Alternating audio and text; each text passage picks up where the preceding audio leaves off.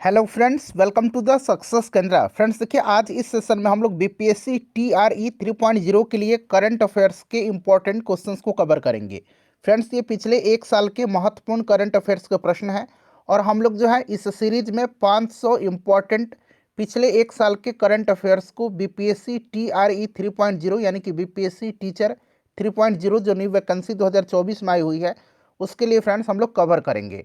हमारा यह पहला सेट है, सेट वाइज हम लोग कवर करेंगे ताकि कम समय में बेहतरीन तरीके से अच्छे से डिस्कशन के साथ इन सभी प्रश्नों को हम लोग कवर कर सकें। फ्रेंड्स, बड़ा ही इंपॉर्टेंट सेशन रहने वाला है, इसको ध्यानपूर्वक देखिएगा और मैं आपको बहुत ही अच्छे तरीके से इन सभी प्रश्नों को कवर करवाने वाला हूँ। चैनल को सब्सक्राइब कर लीजिए और जो बगल में बेल आइकन है, घंटी का निशान है, उसको भी ज़रूर दबा लीजिएगा ताकि जब भी इस तरह का कोई भी इंपॉर्टेंट वीडियो बीपीएससी टीआरई 3.0 से संबंधित अपलोड किया जाए तो उसका नोटिफिकेशन सबसे पहले आपके पास पहुंच जाए। तो चलिए सेशन आज के स्टार्ट करते हैं। एक बार सभी लोग प्लीज़ जल्दी से सेशन को लाइक कर दीजिए और इसका लिंक किसी भी एक ग्रुप में जहाँ कहीं भी आप हैं वहाँ पर फटाफट शेयर कर दीजिए। चलिए फ्रेंड्स, आज का सेशन हम लोग अब स्टार्ट करते हैं। तो फ्रेंड्स, जैसे मैंने आपको बताया है कि आज इस सेशन में हम लोग बीपीएससी टीआरई 3.0 यानी कि बीपीएससी टीचर 3.0 न्यू वैकेंसी 2024 के लिए last 1 year important current affairs के क्वेश्चन को हम लोग कवर करेंगे। एक बार सभी लोग जल्दी से सेशन को लाइक कर दीजिए फ्रेंड्स और फटाफट इसका लिंक किसी भी एक ग्रुप में शेयर कर दीजिए। चलिए शुरू करते हैं। आज के सेशन का पहला प्रश्न पढ़ेंगे। देखिए, पहला प्रश्न ही कितना इंपॉर्टेंट है। प्रश्न है कि लीफ एरिक्सन लूनर पुरस्कार, यहाँ पर मैंने अंग्रेजी में भी लिख दिया है, लीफ एरिक्सन लूनर प्राइज 2023 से सम्मानित किया गया है। किसको सम्मानित किया गया है? लीफ एरिक्सन लूनर प्राइज 2023 से। सभी लोग आंसर कमेंट करेंगे। आंसर कमेंट करते रहिएगा ताकि आपका रिवीजन होते रहे और जो भी मैं एक्सप्लेन करूंगा उसको ध्यानपूर्वक जरूर सुनिएगा। इससे क्या होगा कि एक प्रश्न के साथ साथ आपके 2 से 3 प्रश्न जो हैं कवर होते चलेंगे। अब यहाँ पर फ्रेंड्स ध्यान दीजिएगा, लीफ एरिक्सन लूनर पुरस्कार यह दिया किसको गया है? तो फ्रेंड्स देखिए, भारतीय अंतरिक्ष अनुसंधान संगठन यानी कि इसरो को उसके सफल चंद्रयान 3 मिशन के लिए आइसलैंड के हुसाविक में स्थित, आइसलैंड के हुसाविक में स्थित, यहाँ मैं लिख देता हूँ, आइसलैंड के हुसाविक में स्थित एक्सप्लोरेशन म्यूजियम ने 2023 लीफ एरिक्सन लूनर प्राइज से सम्मानित किया है। किसको किया है? तो इसरो को किया है, ठीक है ना, भारतीय अंतरिक्ष अनुसंधान संगठन को किया है। किसके लिए किया है? तो उसके सफल चंद्रयान 3 मिशन के लिए किया है। और ये लीफ एरिक्सन लूनर पुरस्कार दिया किसने है? तो आइसलैंड के हुसाविक में स्थित है एक्सप्लोरेशन म्यूजियम, उसी ने दिया है, ठीक है ना। तो ये इतने सारे पॉइंट्स आप ध्यान रखेंगे। चलिए उसके बाद नेक्स्ट क्वेश्चन करेंगे। अगला प्रश्न है कि खेलो इंडिया यूथ गेम्स के 6ठे संस्करण का आयोजन तमिलनाडु के कितने शहरों में किया गया? बताइएगा। देखिए, इसका आयोजन जो किया गया है ये कहाँ पर किया गया है? तमिलनाडु में किया गया है। इस चीज़ को आप ध्यान रखेंगे और तमिलनाडु के कितने शहरों में किया गया है। तो देखिए फ्रेंड्स, ये जो आपका खेलो इंडिया यूथ गेम्स था इसका आयोजन 19 जनवरी से लेकर के 31 जनवरी 2024 तक किया गया है। और ये तमिलनाडु के कितने शहरों में? तो तमिलनाडु के चेन्नई, मदुरई, यहाँ मैं लिख देता हूँ, ठीक है ना, चेन्नई, देख लीजिए बीपीएससी प्रश्न इसी प्रकार से पूछ रहा है आजकल। चेन्नई, मदुरई, त्रिची और कोयम्बटूर, इन 4 शहरों में किया गया है, ठीक है ना। तमिलनाडु के 4 शहर चेन्नई, मदुरई, त्रिची और कोयम्बटूर में किया गया है, ठीक है ना। तो इस चीज़ को आप ध्यान रखेंगे। यहाँ पर option number B right answer हो जाएगा। मैंने ऑप्शन भी उसी प्रकार से रखा है ताकि करंट अफेयर्स का अच्छे तरीके से आपका रिविजन हो जाए, ठीक है ना फ्रेंड्स। और देखिए फ्रेंड्स, अगर हम बात करते हैं तो इस संस्करण का शुभंकर क्या था? तो ये जो खेलो इंडिया यूथ गेम्स का जो 6ठा संस्करण था इसका शुभंकर था वीरा मंगई। क्या था शुभंकर इसका? वीरा मंगई इसका शुभंकर है। और इसके लोगों में कवि तिरुवल्लुवर की आकृति है। इसके लोगों में कवि तिरुवल्लुवर की आकृति शामिल है। इस चीज़ को आप ध्यान रखेंगे, ठीक है फ्रेंड्स, काफ़ी इंपॉर्टेंट है। और इसमें जो है फ्रेंड्स सबसे ऊपर पदक तालिका में महाराष्ट्र रहा है, ठीक है ना। दूसरे स्थान पर जो है कौन रहा है? तो ये तमिलनाडु रहा है। इस चीज़ को आप ध्यान रखिएगा, ठीक है ना। महाराष्ट्र पदक तालिका में सबसे ऊपर रहा है। महाराष्ट्र ने 57 स्वर्ण पदक, 48 रजत और 53 कांस्य पदक जीता है। चलिए ऑप्शन यहाँ पर बी राइट आंसर हो जाएगा। इतने सारे पॉइंट्स मैं आपको डिस्कस कराते चलूंगा, ठीक है ना। चलिए एक बार सभी लोग सेशन को लाइक कर दीजिएगा। देखिए भारत में 16वें वित्त आयोग के अध्यक्ष कौन हैं? सभी लोग आंसर कमेंट करिएगा। भारत में 16वें वित्त आयोग के अध्यक्ष कौन है? तो देखिए राष्ट्रपति जी ने जो है संविधान का जो आर्टिकल 280(1) है, इसी के तहत 16वें वित्त आयोग का गठन किया है, ठीक है ना। और देखिए फ्रेंड्स 16वें वित्त आयोग के अध्यक्ष के रूप में नीति आयोग के पूर्व उपाध्यक्ष और कोलंबिया विश्वविद्यालय के प्रोफेसर डॉक्टर अरविंद पनगड़िया को इसका अध्यक्ष बनाया गया है। तो यहाँ पर देखिएगा अरविंद पनगड़िया राइट आंसर हो जाएगा। ये नीति आयोग के उपाध्यक्ष भी रह चुके हैं, ठीक है ना, ध्यान रखिएगा। चलिए अच्छा मैं एक प्रश्न पूछता हूँ, जरा आप लोग मुझे बताइएगा। नीति आयोग जो था उसके नीति आयोग का पहला उपाध्यक्ष कौन था? पहला उपाध्यक्ष नीति आयोग का कौन था? योजना आयोग के स्थान पर नीति आयोग का गठन किया गया था 2015 में, और उसका पहला उपाध्यक्ष किसको बनाया गया था? जरा आप लोग मुझे कमेंट करके जरूर बताइएगा, ठीक है ना। चलिए उसके बाद नेक्स्ट क्वेश्चन है फ्रेंड्स हमारा कि भारत सरकार ने हाल ही में कितने व्यक्तियों को भारत रत्न दिए जाने का ऐलान किया है? कितने व्यक्तियों को भारत रत्न दिए जाने का ऐलान किया है? बड़ा ही इंपॉर्टेंट क्वेश्चन है आपके एग्जाम के दृष्टिकोण से। BPSC TRE 3.0 last 1 year current affairs 2023-24 हम लोग डिस्कस कर रहे हैं। चलिए बताइएगा कि सरकार ने हाल ही में कितने व्यक्तियों को भारत रत्न दिए जाने का ऐलान किया है? तो फ्रेंड्स देखिए हाल ही में सरकार के द्वारा कर्पूरी ठाकुर, लाल कृष्ण आडवाणी, पूर्व सीएम नरसिम्हा राव, चौधरी चरण सिंह और कृषि वैज्ञानिक MS स्वामीनाथन को, यानी कि 5 लोगों को जो है भारत रत्न देने का ऐलान किया है। इस चीज़ को आप फ्रेंड्स ध्यान रखिएगा, बड़ा ही इंपॉर्टेंट है, ठीक है ना। 5 व्यक्तियों को मैंने नाम भी बताया है, कर्पूरी ठाकुर जी को, लाल कृष्ण आडवाणी जी को, उसके बाद आपका PV नरसिम्हा राव जी को, चौधरी चरण सिंह जी को और MS स्वामीनाथन जी को, ठीक है ना। तो ये 5 हस्ती हैं, इनका नाम आप जरूर याद रखिएगा। और देखिए भारत रत्न की शुरुआत हुई थी 1954 में, 1954 में हुई थी। और उस समय तत्कालीन डॉक्टर जो राष्ट्रपति थे डॉक्टर राजेंद्र प्रसाद, इन्होंने ही किया था। और सबसे पहले यह दिया गया था किसको? तो आपको चक्रवर्ती राजगोपालाचारी को, सर्वपल्ली राधाकृष्णन को और चंद्रशेखर वेंकट रमन को 1954 में दिया गया था, ठीक है। और देखिए अब तक 53 जो है हस्तियों को भारत रत्न से सम्मानित किया जा चुका है, 53। आप इसे भी साथ साथ ध्यान रखिएगा। चलिए उसके बाद देखिएगा कि नई दिल्ली में भारत के 75वें गणतंत्र दिवस परेड में मुख्य अतिथि कौन थे? नई दिल्ली में 75वां जो गणतंत्र दिवस परेड हुआ था उसमें मुख्य अतिथि कौन थे? बताइएगा राइट आंसर इसका क्या हो जाएगा। तो देखिए फ्रेंड्स 75वें गणतंत्र दिवस परेड में जो मुख्य अतिथि थे ये आपके फ्रांस के राष्ट्रपति हैं इमैनुअल मैक्रोन, यही थे, ठीक है ना। तो ऑप्शन नंबर यहाँ पर बी राइट आंसर हो जाएगा। इसके बारे में और भी हम डिटेल में डिस्कस करने वाले हैं कि झांकी में जो है प्रथम पुरस्कार किस राज्य को मिला है, और भी बहुत सारे इंपॉर्टेंट पॉइंट्स हैं जो आगे हम डिस्कस करेंगे। चलिए उसके बाद देखिएगा कि जम्मू कश्मीर में बढ़ती आतंकवादी गतिविधियों के जवाब में भारतीय सेना के द्वारा कौन सा ऑपरेशन शुरू किया गया है? बड़ा ही इंपॉर्टेंट क्वेश्चन है, बताइए राइट आंसर इसका क्या हो जाएगा। तो देखिए भारतीय सेना ने पाकिस्तान की ओर से जो सक्रिय आतंकवादी गतिविधियां हैं उनको मुंहतोड़ जवाब देने के लिए ऑपरेशन सर्वशक्ति की शुरुआत किया है। ऑपरेशन सर्वशक्ति की शुरुआत किया है, ऑपरेशन सर्वशक्ति, आप इसे जरूर ही ध्यान रखेंगे, ठीक है ना। चलिए उसके बाद देखिएगा नेक्स्ट क्वेश्चन है हमारा कि समाजवादी नेता और बिहार के पूर्व मुख्यमंत्री श्री कर्पूरी ठाकुर जी को मरणोपरांत भारत रत्न से सम्मानित किया जाएगा, उनके संबंध में कौन सा कथन सही है? चूंकि आप बिहार का एग्जाम देने जा रहे हैं तो ये बिहार से संबंधित प्रश्न भी बन गया है आपके लिए, तो इंपॉर्टेंट हो गया है यह, ठीक है ना। बताइए इसका राइट आंसर क्या हो जाएगा। अच्छा देखिए फ्रेंड्स कर्पूरी ठाकुर बिहार के पहले गैर कांग्रेसी मुख्यमंत्री थे, ये गलत है। महामाया प्रसाद पहले गैर कांग्रेसी मुख्यमंत्री थे, ठीक है ना। तो ये स्टेटमेंट तो गलत हो गया। उसके बाद देखिए वे 2 बार प्रदेश के मुख्यमंत्री रहे हैं और 1 बार उप मुख्यमंत्री, ये दूसरे बिहार के उप मुख्यमंत्री हैं, ठीक है ना, इस चीज़ को आप ध्यान रखिएगा। और 1 बार सांसद बने, ये बिल्कुल करेक्ट है। और उनका जन्म समस्तीपुर जिले के पितौंझिया में 24 जनवरी 1924 को हुआ था और इनका देहांत हुआ था 17 फरवरी 1988 को। तो देहांत भी आप ध्यान रखिएगा, ठीक है ना, 1988 में। क्लियर। चलिए तो ये आप ध्यान रखेंगे और ये सही है।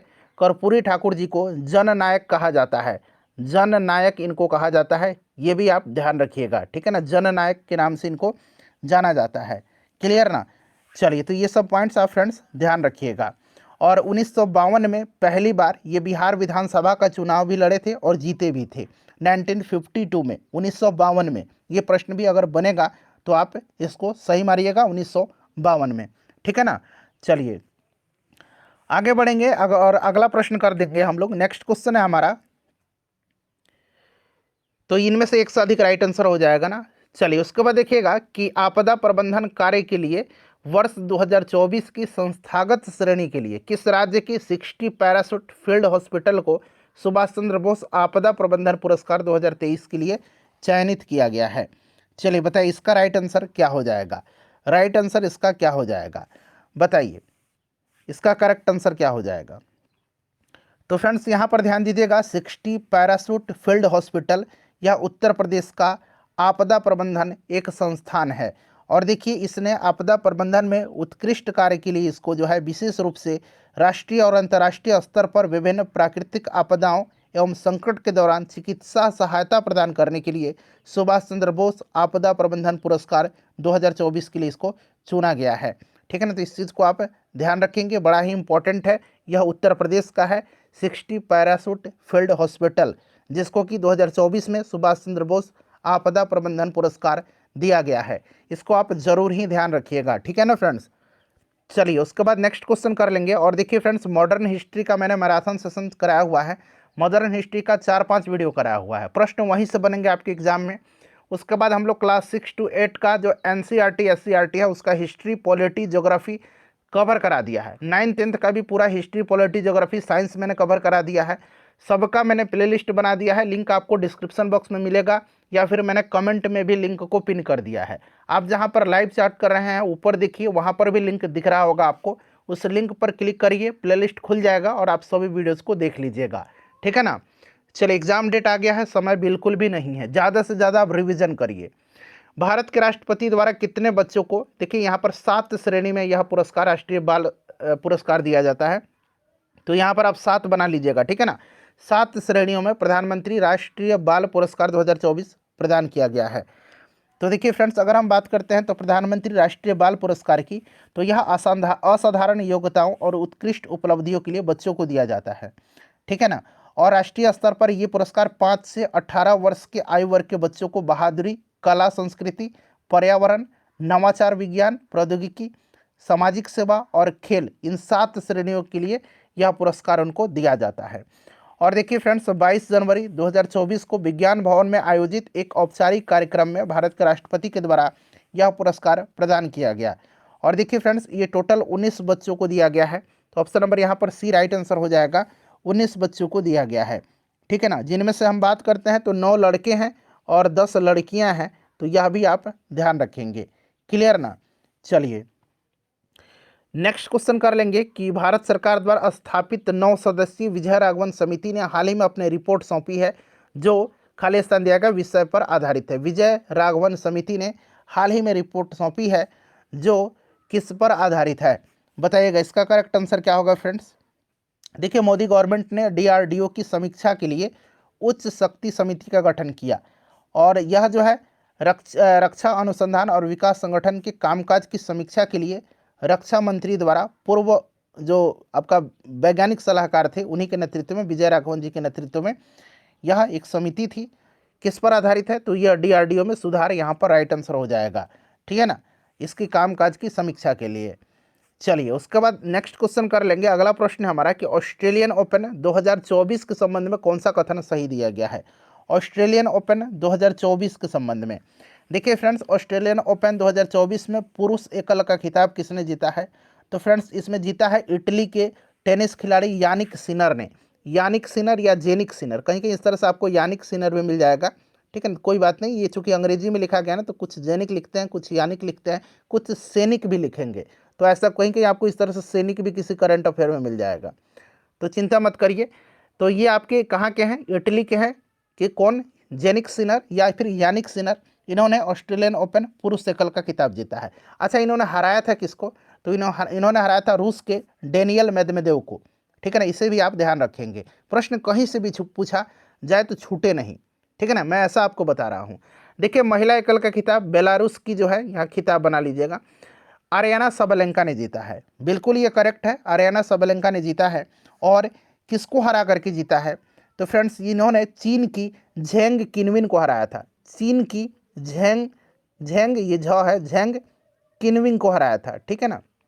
तो इसे भी आप किनविन या किनवेन को हराया था, किनवेन बना लीजिएगा, झेंग किनविन को हराया था, ठीक है। तो ये भी आपका सही है। और देखिए ये जो यहाँ पर जेनिक सिनर है ना, जेनिक सिनर, इनके बारे में एक और पॉइंट मैं आपको बता देता हूँ। पुरुष एकल का इन्होंने खिताब जीता ऑस्ट्रेलियन ओपन में, और अपने कैरियर का इन्होंने पहला ग्रैंड स्लैम जीता है, ठीक है ना।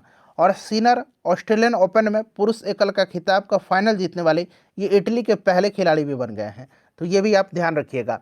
भारतीय टेनिस खिलाड़ी रोहन बोपन्ना ने अपने जोड़ीदार ऑस्ट्रेलियाई खिलाड़ी मैथ्यू एबडेन के साथ मिलकर के ऑस्ट्रेलियन ओपन 2024 में मेंस डबल्स का खिताब जीता है, तो ये भी पॉइंट सही है। तो ये इंपॉर्टेंट है, चूंकि रोहन बोपन्ना भारतीय हैं, तो इस दृष्टिकोण से यह इंपॉर्टेंट है। इनके पार्टनर का नाम याद रखिएगा, मैथ्यू एबडेन, ठीक है ना। तो यहाँ पर तीनों सही दिया गया है, तो उपरोक्त में से एक से अधिक राइट आंसर हो जाएगा, ठीक है। चलिए उसके बाद देखिएगा कि अखिल भारतीय बाघ गणना रिपोर्ट 2022 के अनुसार बाघों की संख्या कितनी है। थोड़ा सा प्रश्न को ध्यान से पढ़िएगा, ठीक है ना, क्योंकि यहाँ पर स्पष्ट लिखा गया कि अखिल भारतीय बाघ गणना रिपोर्ट 2022, ठीक है ना। तो इस चीज को आप ध्यान से पढ़िएगा पहले। अब यहाँ पर फ्रेंड्स ध्यान दीजिएगा, देखिए पिछले साल मैसूर में प्रोजेक्ट टाइगर के 50 साल पूरे होने के अवसर पर प्रधानमंत्री नरेंद्र मोदी जी ने बाघों की जो आबादी है ये 3167 घोषित किया था, ठीक है ना। ये अखिल भारतीय बाघ गणना रिपोर्ट 2022 के अनुसार, तो इसका आंसर तो इस प्रश्न के अनुसार से ऑप्शन सी होगा। लेकिन अभी जो फिर से एक आंकड़ा जारी किया गया है, ठीक है ना, ये आंकड़ा जो है ये आपका जारी किया गया है, तो उसमें जो है फ्रेंड्स इसकी संख्या 3682 बताई गई है। न्यूनतम संख्या 3682 और ऊपरी सीमा इसकी जो है ये 3925 है। तो आप साथ साथ इसे भी ध्यान रखिएगा, ठीक है ना, 3682 भी आप ध्यान रखेंगे। चलिए फ्रेंड्स उसके बाद नेक्स्ट क्वेश्चन कर लेंगे। अगला प्रश्न हमारा है कि पद्म पुरस्कार 2024 के संबंध में कौन सा कथन यहाँ पर सत्य दिया गया है। बताइए राइट आंसर क्या हो जाएगा। पद्म पुरस्कार 2024 के संदर्भ में कौन सा कथन यहाँ पर सत्य दिया गया है। चलिए बताइए इसका करेक्ट आंसर क्या हो जाएगा। तो देखिए अगर हम बात करते हैं 2024 पद्म पुरस्कार के बारे में, तो देखिए फ्रेंड्स इस साल जो है यह टोटल 132 व्यक्तियों को दिया गया है। पहले तो आप इसे याद रखेंगे, 132 व्यक्तियों को दिया गया है। इनमें से अगर हम बात करते हैं 132 में से, तो याद रखिएगा 5 पद्म विभूषण दिया गया है, 5 जो है पद्म विभूषण दिया गया है, 17 पद्म भूषण दिया गया है, और 110 जो है ये पद्मश्री दिया गया है। तो जोड़ लीजिए 110 और 117, 127 और 5 132, ठीक है ना। तो ये आंकड़ा आप पहले याद रखिएगा। और देखिए उसके बाद मैं आपको बताता हूँ कि ये जो 5 लोगों को पद्म विभूषण दिया गया है ये कौन कौन से हैं। तो ये आपकी वैजयंती माला बाली हैं, ठीक है ना, एक नाम हो गया। उसके बाद देखिएगा आपका चिरंजीवी हैं, उसके बाद वेंकैया नायडू जी हैं, उसके बाद बिंदेश्वरी पाठक हैं, ठीक है ना, 4 नाम हो गया। और 5वां नाम पद्मा सुब्रमण्यम, ये 5 नाम आप याद रखिएगा, ठीक है ना। तो देखिए पूर्व उपराष्ट्रपति एम वेंकैया नायडू, चिरंजीवी, वैजयंती माला बाली और पद्मा सुब्रमण्यम को जो है पद्म विभूषण दिया गया। तो 1 2 3 4 नाम यहाँ पर हो गए। और एक मैंने आपको बताया था सुलभ इंटरनेशनल के संस्थापक बिंदेश्वर पाठक को, ठीक है। तो आप ध्यान रखिएगा ये बिहार से संबंधित है। तो ये दोनों स्टेटमेंट जो सही हो गया। और देखिए ताइवान के फॉक्सकॉन ग्रुप के अध्यक्ष यंग लियू को पद्म भूषण से सम्मानित किया गया है। पद्म भूषण से 17 लोगों को सम्मानित किया गया है, तो ये भी स्टेटमेंट सही दिया गया है। और पद्म भूषण में मैं इंपॉर्टेंट नाम बता देता हूँ, जैसे कि आपका फातिमा बीबी का नाम याद रखिएगा, ठीक है ना। उसके बाद आप मिथुन चक्रवर्ती का नाम याद रखिएगा, ठीक है। उसके बाद आप नाम याद रखिएगा राम नाईक जी का, ठीक है। उसके बाद आप नाम याद रख सकते हैं उषा उतुफ का, ठीक है ना, ये इनको कला के क्षेत्र में दिया गया है। तो ये 4-5 नाम मैंने आपको बताया है, आप इन्हें जरूर ही याद रखिएगा, ठीक है ना। तो यहाँ पर उपरोक्त में से एक से अधिक राइट आंसर इसका हो जाएगा, ठीक है ना, एक से अधिक यहाँ पर करेक्ट आंसर हो जाएगा। चलिए उसके बाद नेक्स्ट क्वेश्चन कर लेंगे। अगला प्रश्न है हमारा कि उच्च शिक्षा पर अखिल भारतीय सर्वेक्षण रिपोर्ट 2021-22 निम्नलिखित में से किसके द्वारा जारी किया गया है। चलिए बताइएगा राइट आंसर क्या हो जाएगा।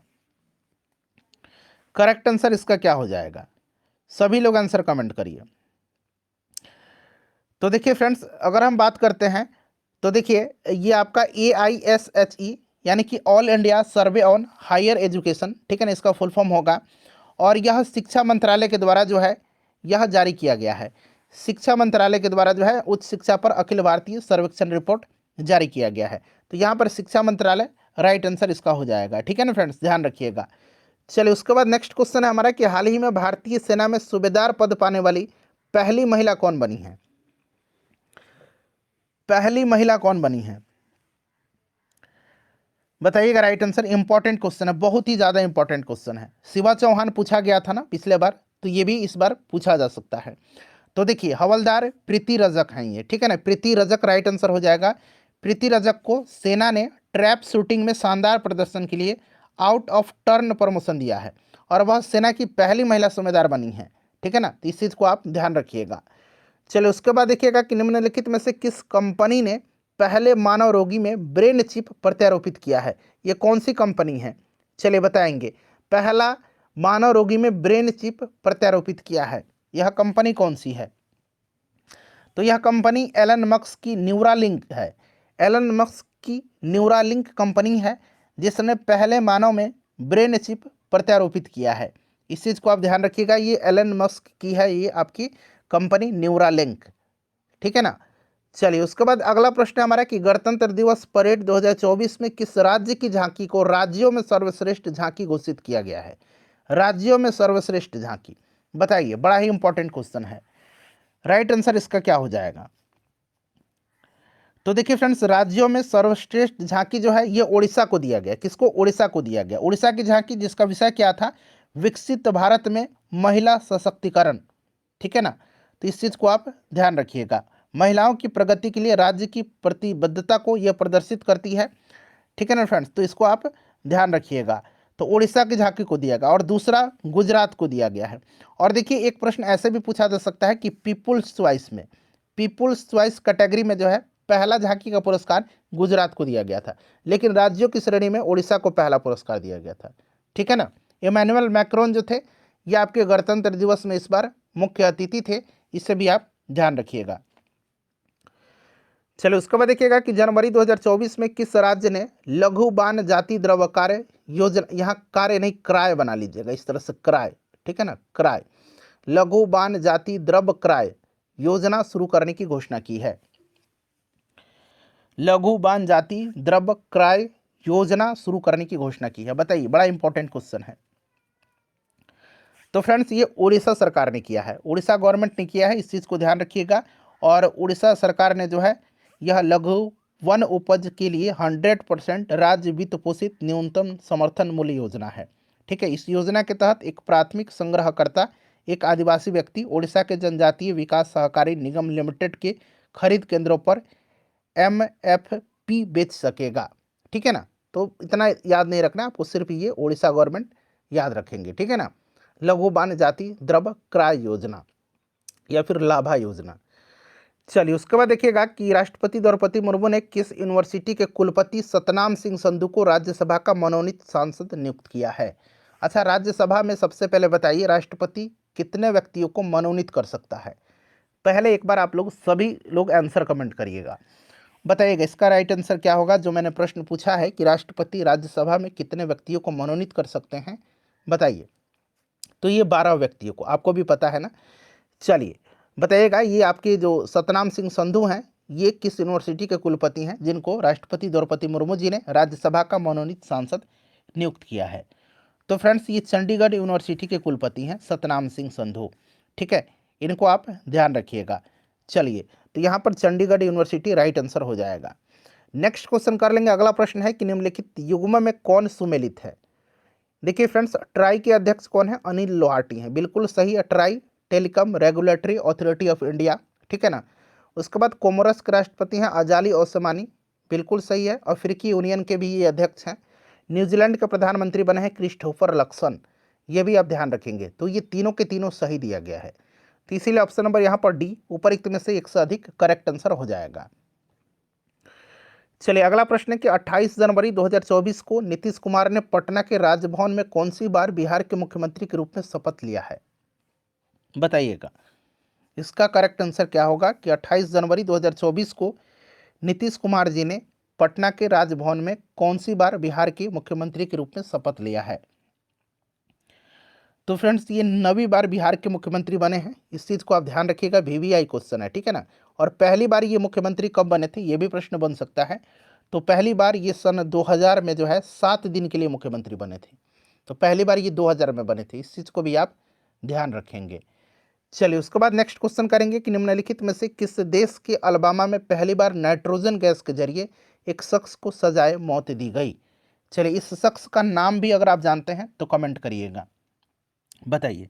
देखिए इस शख्स का नाम मैं यहाँ पर लिख देता हूँ, Kenneth Eugene Smith, Kenneth Eugene Smith, ठीक है ना, इस व्यक्ति का नाम है, जिसको कि अलबामा में विश्व में पहली बार नाइट्रोजन गैस के जरिए सजाए मौत की सजा दी गई है।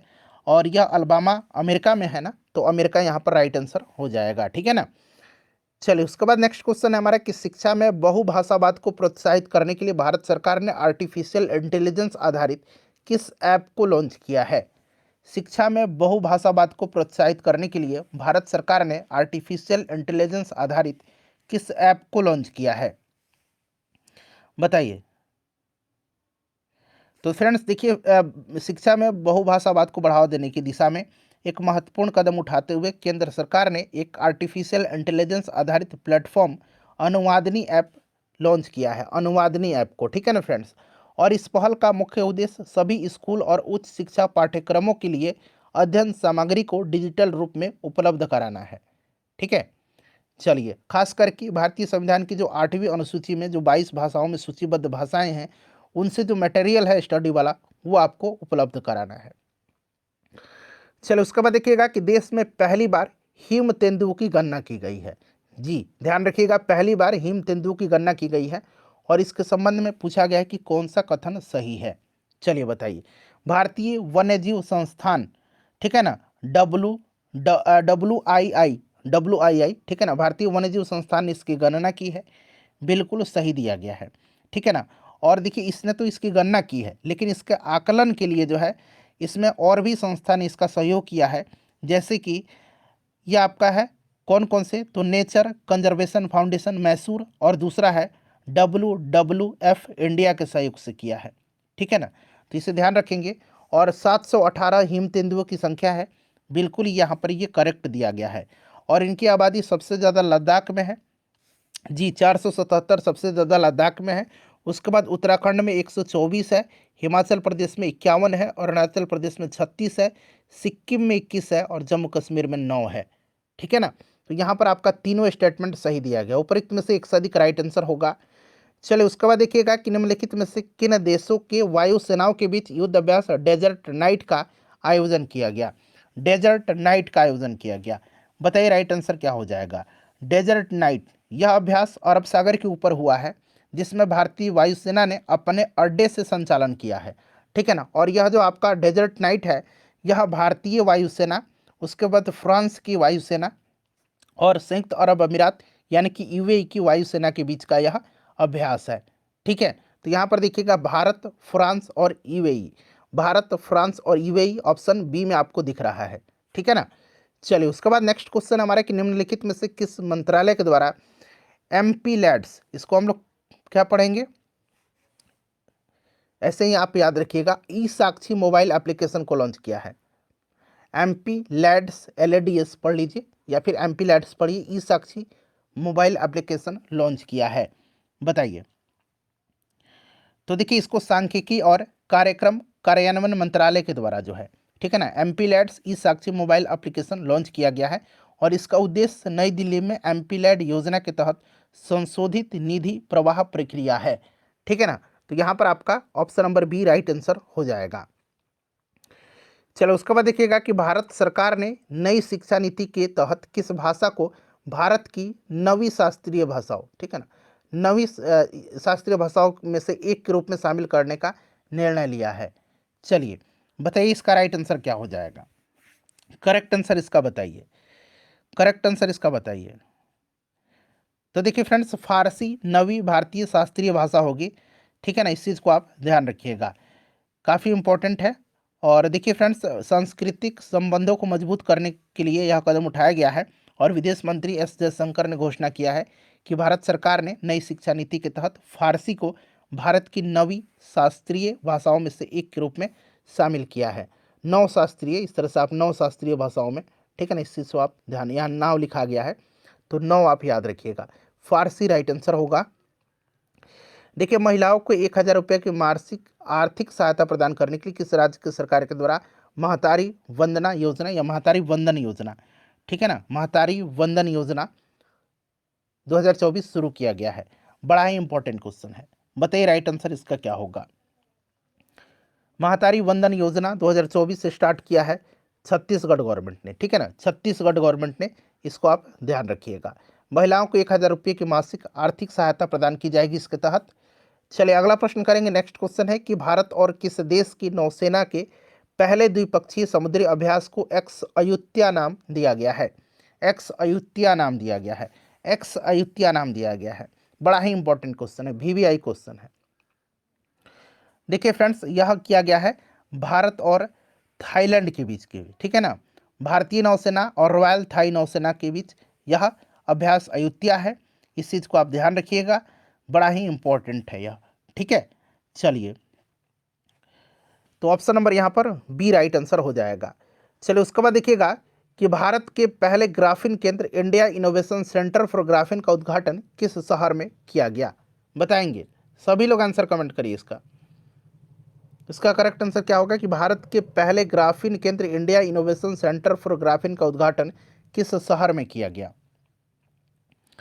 तो फ्रेंड्स ये कोचिंग में किया गया है, ठीक है ना, कोचिंग में किया गया है। इस चीज़ को आप ध्यान रखेंगे, कोचिंग में किया गया है।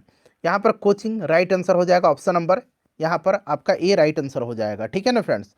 चलो उसके बाद नेक्स्ट क्वेश्चन है हमारा कि ग्लोबल फायर पावर रैंकिंग 2024 में भारत को कौन सा स्थान प्राप्त हुआ है? बताइए, ग्लोबल फायर पावर रैंकिंग 2024 में भारत को कौन सा स्थान प्राप्त हुआ है? देखिए फ्रेंड्स, दुनिया भर में देशों की मिलिट्री ताकत के अनुसार यह रैंकिंग तय की जाती है और यह संस्था ग्लोबल फायर पावर है, इसी के द्वारा जो है तय की जाती है। और इस साल इसकी सूची भी जारी कर दी गई है जिसमें अमेरिका पहले नंबर पर है, ठीक है ना, भारत का स्थान चौथा है, दूसरे नंबर पर रसिया है, तीसरे नंबर पर चाइना है। तो पहला अमेरिका, दूसरा रसिया, तीसरा चाइना और भारत चौथे नंबर पर है। किसके द्वारा जारी किया गया है? ग्लोबल फायर पावर के द्वारा जारी किया गया है। क्या है? तो दुनिया भर के देशों में मिलिट्री ताकत के अनुसार यह रैंकिंग तय की जाती है। चलिए, दुनिया के सबसे ऊंची डॉक्टर भीमराव अंबेडकर जी की कांस्य प्रतिमा के संबंध में कौन सा कथन सत्य है? बड़ा ही इंपॉर्टेंट है। चलिए राइट आंसर इसका क्या होगा? तो फ्रेंड्स देखिए, आंध्र प्रदेश के मुख्यमंत्री वाईएस जगन मोहन रेड्डी ने जो है विजयवाड़ा में जो है भीमराव अंबेडकर जी की 206 फीट ऊंची प्रतिमा का अनावरण किया है। तो ये 206 फीट ऊंची है, बिल्कुल यहाँ पर ये करेक्ट है। और आंध्र प्रदेश की विजयवाड़ा में, ठीक है ना, तो ये भी आपका करेक्ट है। और इसे स्टैचू ऑफ सोशल जस्टिस नाम दिया गया है, ये भी करेक्ट है। अगर पूछा जाए कि स्टैचू ऑफ सोशल जस्टिस का अनावरण कहाँ पर किया गया है, तो याद रखिएगा विजयवाड़ा में, ठीक है ना। प्रश्न ऐसे भी बन सकता है, तो एक से अधिक यहाँ पर राइट आंसर इसका हो जाएगा, ठीक है ना friends.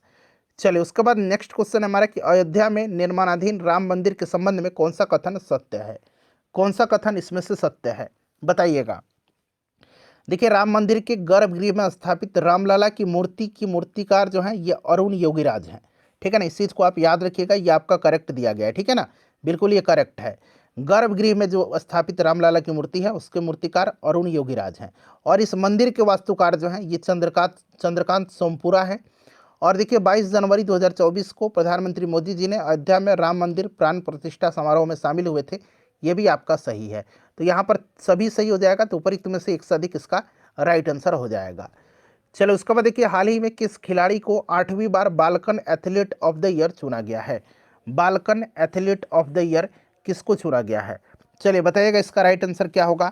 Balkan athlete of the year, बड़ा ही इंपॉर्टेंट क्वेश्चन है, बताइए फ्रेंड्स इसका करेक्ट आंसर क्या होगा। बालकन एथलीट ऑफ द ईयर, इस तरह का प्रश्न पूछा जाएगा, ठीक है ना, बालकन एथलीट ऑफ द ईयर, बताइए राइट आंसर क्या हो जाएगा।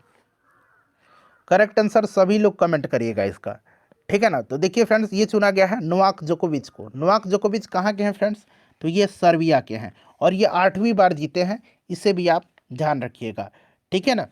चलिए उसके बाद नेक्स्ट क्वेश्चन कर लेंगे। अगला प्रश्न है हमारा कि किस देश के स्पेस क्राफ्ट मून स्नाइपर इसको एक और नाम से जाना जाता है, ठीक है ना, इसको एक और नाम से जाना जाता है, इसका नाम है SLIM, स्लिम के नाम से। तो आप स्लिम दे दे या मून स्नाइपर दे दे, दोनों ध्यान रखिएगा। मून स्नाइपर ने चंद्रमा पर सफल लैंडिंग की और चांद पर मून मिशन की सफल लैंडिंग करने वाला यह देश दुनिया का 5वां देश बन गया है। यह देश कौन सा है बताइएगा, राइट आंसर क्या हो जाएगा, करेक्ट आंसर कौन सा हो जाएगा बताइए। तो फ्रेंड्स ये जापान का है, ठीक है ना, जापान का है स्लिम मिशन यानी कि मून स्नाइपर मून मिशन है। चलिए उसके बाद नेक्स्ट क्वेश्चन हमारा कि एशिया के सबसे बड़े नागरिक उड्डयन शो विंग्स इंडिया 2024 का आयोजन किस शहर में किया गया।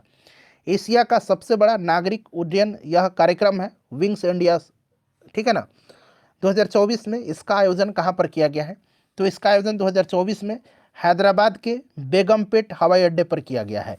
हैदराबाद में किया गया है, हैदराबाद के बेगमपेट हवाई अड्डे पर, हैदराबाद के बेगमपेट हवाई अड्डे पर, ठीक है ना, इस चीज़ को आप ध्यान रखेंगे। हैदराबाद राइट आंसर हो जाएगा इसका, ठीक है ना फ्रेंड्स, बड़ा ही इंपॉर्टेंट है और यह 2 वर्ष में एक बार आयोजित होता है।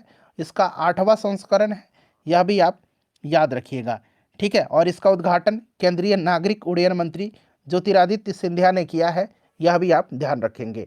चलिए उसके बाद देखिएगा कि हैदराबाद में स्थित इंडियन इम्यूनोलॉजिकल्स लिमिटेड ने हैदराबाद में किस रोग की रोकथाम के लिए भारत का पहला स्वदेशी रूप से विकसित वैक्सीन हेविसियोर लॉन्च किया है। हेविसियोर लॉन्च किया है, बताइए इसका राइट आंसर क्या हो जाएगा। बड़ा ही इंपॉर्टेंट क्वेश्चन है, बड़ा ही इंपॉर्टेंट क्वेश्चन है। चलिए बताइएगा, सभी लोग इसका आंसर कमेंट करिएगा। हेविसियोर लॉन्च किया है, बताइए ये किसके लिए है हेविसियोर, सभी लोग आंसर कमेंट करिएगा, सभी लोग आंसर कमेंट करिएगा। तो यह हेपेटाइटिस के लिए है, लेकिन हेपेटाइटिस यहाँ पर दिया भी गया है कि हेपेटाइटिस A B C, ठीक है ना। तो बताइए इसका राइट आंसर क्या हो जाएगा।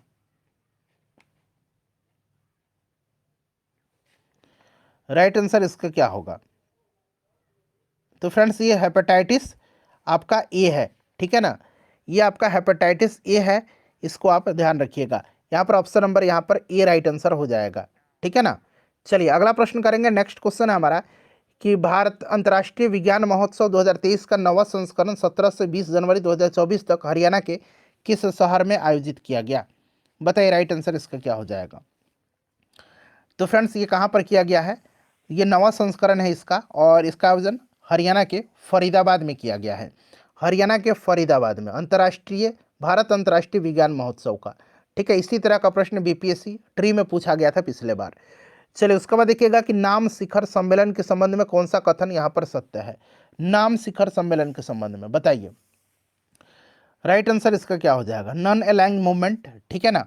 और देखिए इसका 19वां संस्करण युगांडा की राजधानी कंपाला में आयोजित किया गया था, बिल्कुल ये सही है।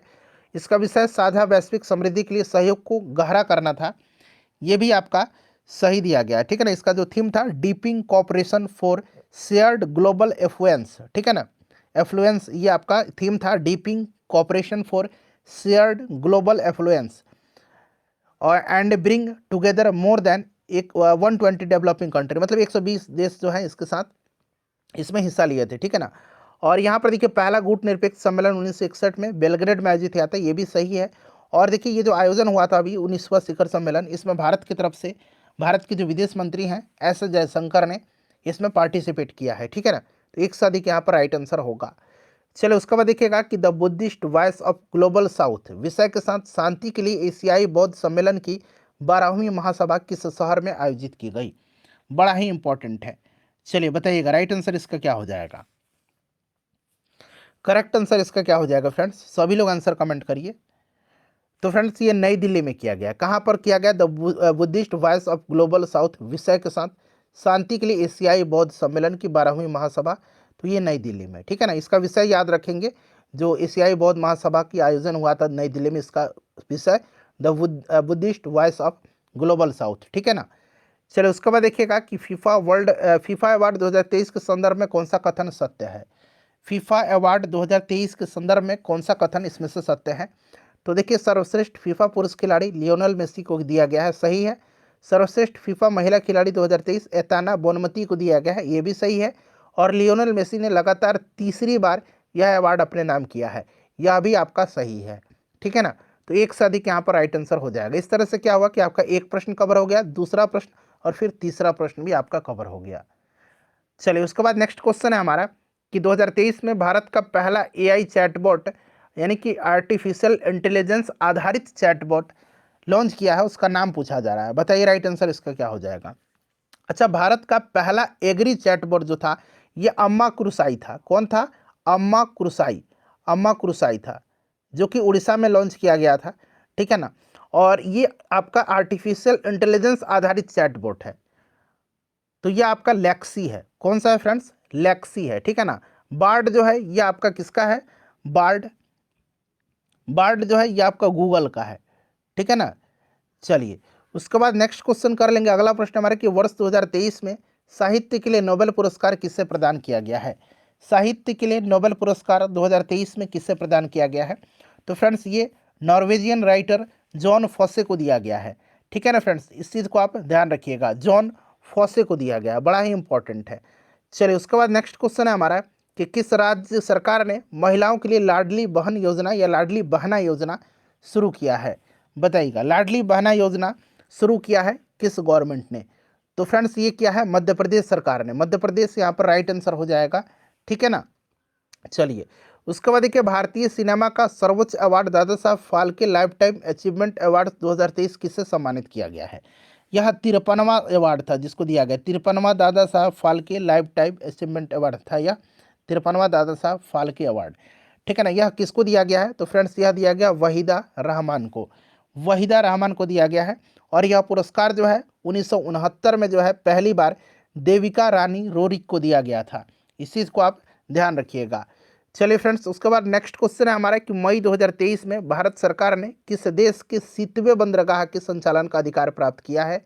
7वें बंदरगाह जो है ये कहाँ पर है, किस देश में है, यह आपसे पूछा जा रहा है। चलिए सभी लोग कमेंट करिएगा। तो देखिए भारत सरकार ने जो है फ्रेंड्स ये आपका म्यांमार का जो 7वें बंदरगाह है वहीं के संचालन का अधिकार किया है प्राप्त, ठीक है ना। तो यहाँ पर ऑप्शन सी राइट आंसर हो जाएगा, म्यांमार। देखिए 29 सितंबर को मनाया गया विश्व हृदय दिवस का थीम क्या है? 29 सितंबर को मनाया गया है विश्व हृदय दिवस, इसको भी ध्यान रखिएगा। इसका थीम आपसे पूछा जा रहा है कि इसका थीम क्या है। चलिए बताइएगा राइट आंसर इसका क्या होगा। तो फ्रेंड्स इसका थीम है यूज हार्ट नो हार्ट, ठीक है ना। ऑप्शन नंबर यहाँ पर ए राइट आंसर हो जाएगा। चलो उसके बाद देखिएगा कि फीफा महिला विश्व कप 2023 का खिताब किसने जीता है? फीफा महिला विश्व कप 2023 का खिताब किसने जीता है? तो फ्रेंड्स यह खिताब जीता है किसने? स्पेन ने जीता है। स्पेन ने जीता है। स्पेन ने इंग्लैंड को हरा करके यह खिताब जीता है। इसका आयोजन कहाँ पर किया गया था? तो इसका आयोजन ऑस्ट्रेलिया और न्यूजीलैंड में किया गया था, ठीक है ना। स्पेन विनर रहा है और रनर अप इंग्लैंड रहा है। इंग्लैंड को 1-0 से हरा करके यह खिताब स्पेन ने अपने नाम किया। चलिए उसके बाद देखिएगा कि पद्मश्री पुरस्कार 2000 पद्मश्री पूछा गया है ना शायद, बिहार के कितने हस्तियों को चुना गया है? पद्मश्री पुरस्कार 2024 के लिए बिहार के किन हस्तियों को चुना गया है? पद्मश्री पुरस्कार के लिए बिहार के किन हस्तियों को चुना गया है? चलिए बताइएगा इसमें से राइट आंसर क्या हो जाएगा। सभी लोग आंसर कमेंट करिएगा। तो फ्रेंड्स यहाँ पर ध्यान दीजिएगा, सबसे पहले मैं आपको बता दूं कि बिहार से कितने व्यक्तियों को इस बार 2024 में पद्म पुरस्कार दिया गया है। तो देखिए बिहार से ये 7 हस्तियां हैं जिनको कि पद्म पुरस्कार दिया गया है। इनमें से देखिए फ्रेंड्स बिंदेश्वर पाठक को जो है पद्म विभूषण दिया गया है, ठीक है ना। उसके बाद देखिए डॉक्टर सीपी ठाकुर को यानी कि चंदेश्वर प्रसाद ठाकुर को जो है पद्म भूषण दिया गया है। उसके बाद देखिएगा शांति देवी पासवान, जो कि यहाँ पर देखिए शांति पासवान और शिवम पासवान ये दंपति जोड़ा है, ठीक है ना। इनको जो है इनको और टिकुली चित्रकार अशोक कुमार विश्वास, राजकुमार मलिक, यहाँ पर देखिए राजकुमार मलिक, यहाँ शिवन पासवान बना लीजिए, ठीक है ना। शिवन पासवान या शिवम पासवान भी कहीं कहीं आपको मिल जाएगा। तो मैंने 7 व्यक्ति बताया था, ठीक है ना। एक बार फिर से इनका नाम देख लीजिए कौन कौन से। विंदेश्वर पाठक पद्म विभूषण, सीपी ठाकुर पद्म भूषण, फिर देखिए शिवम पासवान शांति देवी ये दंपति हैं, राजकुमार मलिक, सुरेंद्र किशोर और अशोक कुमार, ठीक है ना, जो कि टिकली पेंटिंग के ये कलाकार हैं अशोक कुमार विश्वास, इनको दिया गया। तो ये 7 व्यक्ति हैं। तो इनमें से सभी यहाँ पर राइट आंसर हो जाएगा जिनको पद्मश्री दिया गया है। पद्म विभूषण याद रखिएगा बिंदेश्वर पाठक को और पद्म भूषण सीपी ठाकुर को, ठीक है ना। तो ये सब आप फ्रेंड्स ध्यान रखेंगे। चलिए उसके बाद नेक्स्ट क्वेश्चन है, देखिए ये पूरा मैंने आपको पूरे डिटेल में डिस्कशन करा दिया, बड़ा ही इंपॉर्टेंट क्वेश्चन था और ये प्रैक्टिस सीरीज रोज चलेगा, ठीक है ना। तो इसको शेयर करिएगा ज़्यादा से ज़्यादा, सपोर्ट करिएगा, लाइक कर दीजिए।